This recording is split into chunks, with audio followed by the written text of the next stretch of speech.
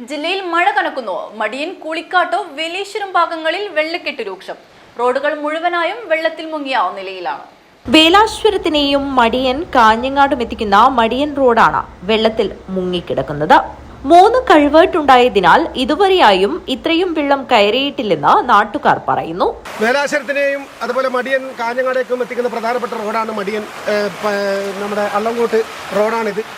ഇത് ഇത്രയും കാലങ്ങളായിട്ട് ഈ റോഡ് ഇത്രയും വെള്ളം കയറിയില്ല. കാരണം ഇവിടെ കൽബർട്ട് ഉണ്ടായിരുന്നു, 3 കൽബർട്ട് ഉണ്ടായിരുന്നു. അതിലിപ്പോൾ ഒരു കൽബർട്ട് സ്വകാര്യ വ്യക്തികളത് കൽബർട്ടല്ലാതെ രീതി ചെറിയൊരു പൈപ്പ് വെച്ച് ബ്ലോക്ക് ചെയ്തിരിക്കുകയാണ്.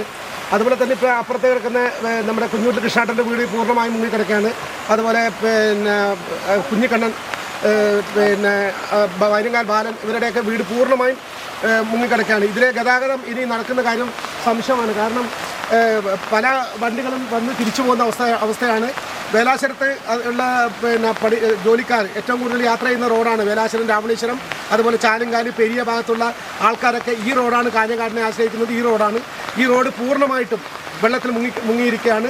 സ്വകാര്യ വ്യക്തികൾ കൾവേർട്ട് ബ്ലോക്ക് ചെയ്തിരിക്കുന്നതിനാൽ ദുരിതപൂർണമാണ് ഇപ്പോൾ ഇവിടത്തെ അവസ്ഥ. ഗതാഗതം തടസ്സപ്പെടുന്ന അവസ്ഥയാണ് ഇവിടെ നിലനിൽക്കുന്നത്. പലരെയും വീടുകൾ മാറ്റിപ്പാർപ്പിച്ചിട്ടുണ്ട്. ന്യൂസ് ബ്യൂറോ, മടിയൻ.